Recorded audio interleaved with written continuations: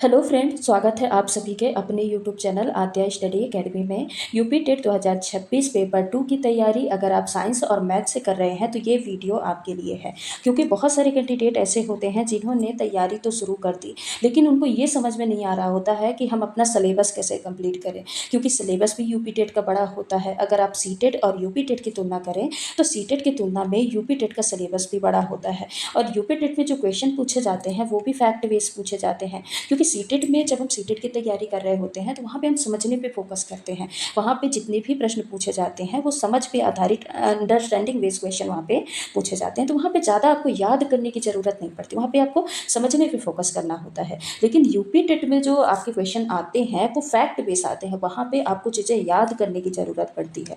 बहुत सारे कैंडिडेट होंगे जिन्होंने सीटेट की भी प्रिपरेशन की होगी, सीटेट क्वालिफाई भी किए होंगे, तो आपको सीटेट वाली गलती यूपी टेट में नहीं करनी है कि आप समझ पे आधारित सोचिए कि वैसे ही क्वेश्चन आते हैं ना।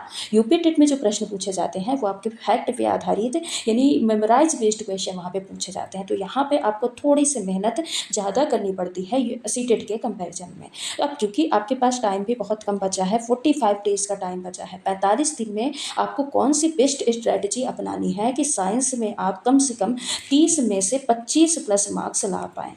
ऐसा पॉसिबल भी है, ऐसा नहीं है कि इम्पॉसिबल है। आप 1.5 महीने में भी अच्छा स्कोर कर पाएंगे अगर आप सही दिशा में सही तरीके से तैयारी करना स्टार्ट कर रहे हैं तो। अब क्योंकि सिलेबस तो बहुत वास्ट है, आपको सिर्फ इंपॉर्टेंट चीज़ें पढ़नी है। अगर आप प्रीवियस ईयर क्वेश्चन सॉल्व कर रहे होंगे तो आप वहाँ से देखिए कौन से टॉपिक से प्रश्न बहुत ज़्यादा पूछे जा रहे हैं। तो आपको इंपॉर्टेंट टॉपिक तो सबसे पहले सेलेक्ट करना है और टॉपिक सेलेक्ट करने के बाद उसको अच्छे से पढ़ना है। तो अगर आप इस तरीके से पढ़ते हैं तो आपके अच्छे स्कोर आ सकते हैं, बस तैयारी आपकी सही दिशा में होनी चाहिए। तो आज के इस वीडियो में हम इसी के बारे में चर्चा करने वाले हैं कि कैसे आप साइंस की तैयारी कम समय में करके 25 प्लस मार्क्स ला सकते हैं। तो अगर आप चैनल पर नए हैं तो चैनल को सब्सक्राइब कर लीजिएगा, लाइक कर दीजिएगा इस वीडियो को और दोस्तों के साथ शेयर भी करिएगा ताकि उनकी भी तैयारी साइंस की कम समय में अच्छी हो सके। और वीडियो में लास्ट तक जरूर बने रहिएगा क्योंकि टॉपिक का डिस्कशन होगा कि कौन कौन से इंपॉर्टेंट टॉपिक हैं और साथ ही एक अच्छे मेथड का डिस्कशन होगा कि कौन से मेथड से आपको तैयारी करनी है कि आप 25 प्लस स्कोर ला पाएँ।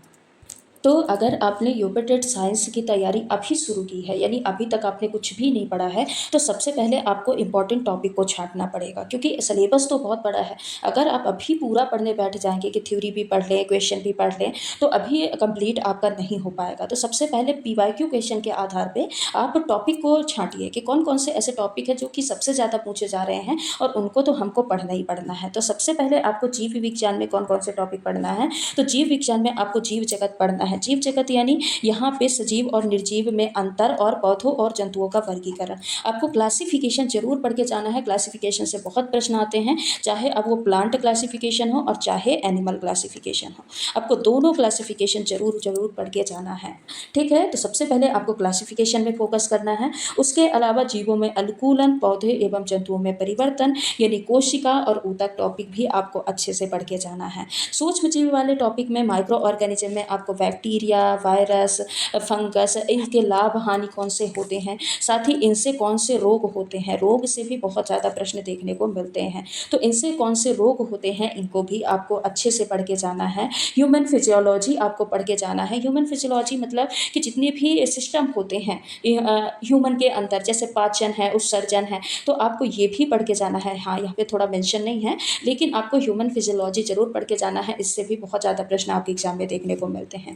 कोशिका से अंग तंत्र यानी कोशिका, ऊतक, अंग और पूरा ऑर्गन सिस्टम, हाँ ह्यूमन फिजियोलॉजी अंग तंत्र के अंतर आ जाता है। तो कोशिका से लेके अंग तंत्र तक इसके अंतर्गत जितने भी टॉपिक आते हैं आपको वो पढ़ के जाना है। साथ ही मानव शरीर, किशोरावस्था, विकलांगता, पोषण और स्वच्छता और रोग, इनसे टॉपिक, जैसे दो टॉपिक आप यहाँ पे मेंशन कर लीजिएगा, पोषण से और रोग से। हर शिफ्ट में लगभग 2 से 3 प्रश्न देखने को मिले हैं। कार्बोहाइड्रेट, विटामिन, फैट, खनिज लवण, इनसे प्रश्न जरूर देखने को मिलते हैं। साथ ही रोग, कि कौन सा रोग किसके कारण होता है। हालांकि रोग वाला जो पूरा टॉपिक है एनसीईआरटी जब सीरीज चल रही थी वहाँ पे हमने पढ़ा भी है, आप जाके वहाँ से कंप्लीट भी कर सकते हैं ये क्लासेस। तो पोषण आपको पढ़ना है और साथ ही रोग। रोग से तो आप मान लीजिए कि 1 से 2 प्रश्न हर एक शिफ्ट में फंसना ही फंसना है। वायरस जनित जो रोग होते हैं, बैक्टीरिया जनित, फंगस जनित, कृमि जनित जो रोग होते हैं, इनसे प्रश्न आते ही आते हैं। साथ ही आपको फसल उत्पादन, नाइट्रोजन चक्र और पौधों में जो पोषण होता है उनके बारे में पढ़ना है। अब भौतिक विज्ञान में आपको क्या क्या पढ़ना है तो भौतिक विज्ञान में यूनिट एंड मेजरमेंट तो पढ़ना ही पढ़ना है। उसके अलावा गति, बल एवं यंत्र पढ़ना है, ऊर्जा, कार्य, ऊर्जा और शक्ति के बारे में भी पढ़ना है, विद्युत धारा पढ़ना है, चुंबकत्व पढ़ना है, स्थिर विद्युत पढ़ना है, ध्वनि, ध्वनि और प्रकाश, इसको तो आप इम्पोर्टेंट मान के चलिए, इससे प्रश्न बनते हैं। ध्वनि से और प्रकाश, जिसमें दर्पण और लेंस आ जाते हैं प्रकाश टॉपिक में, परावर्तन और अपवर्तन की घटनाएं आ जाती हैं, तो इनसे प्रश्न बहुत ज़्यादा बनते हैं। तो आप ध्वनि और प्रकाश टॉपिक इसको इंपॉर्टेंट मान के चलिएगा, इसको तो सबसे पहले आपको कंप्लीट करना है। साथ ही ऊष्मा और ताप को भी पढ़ना है। और केमिस्ट्री में आपको क्या क्या पढ़ना है, तो केमिस्ट्री में पदार्थ और उनके समूह के बारे में पढ़ना है, पदार्थों का पृथक्करण, पृथक्करण से प्रश्न बहुत पूछे जाते हैं कि किस मेथड के द्वारा इसको ठोस पदार्थों को अलग किया जाता है, आसवन, प्रभाजी आसवन, ये मेथड बहुत ज़्यादा पूछी जाती हैं।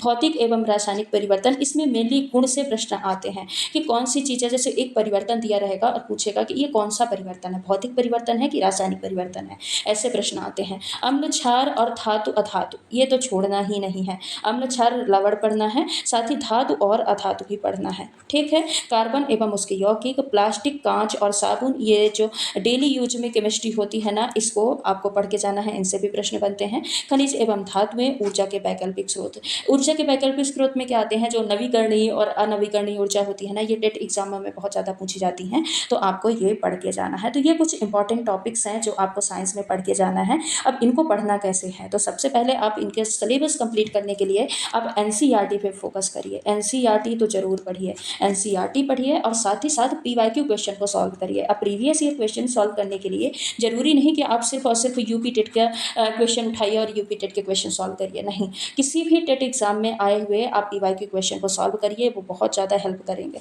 तो आपको दो ही चीज़ करना है, एक तो एनसीईआरटी पढ़ना है, एक एक टॉपिक आप यहाँ से टॉपिक देखिए कि आपको कौन कौन से टॉपिक पढ़ना है, फिर इस टॉपिक को आप एनसीईआरटी में ढूंढिए और एनसीईआरटी से आप टॉपिक कंप्लीट करिए, सिलेबस कंप्लीट करिए। और पढ़ने के बाद प्रीवियस ईयर क्वेश्चन की प्रैक्टिस जरूर करिएगा, क्योंकि पीवाईक्यू क्वेश्चन आपका बेस बना देगा। यानी 50 से 60% जो आपके क्वेश्चन आते हैं पीवाईक्यू क्वेश्चन पे ही आधारित आते हैं। तो पीवाईक्यू क्वेश्चन जरूर से आप सॉल्व करिएगा, चाहे वो किसी भी टेट एग्जाम का हो।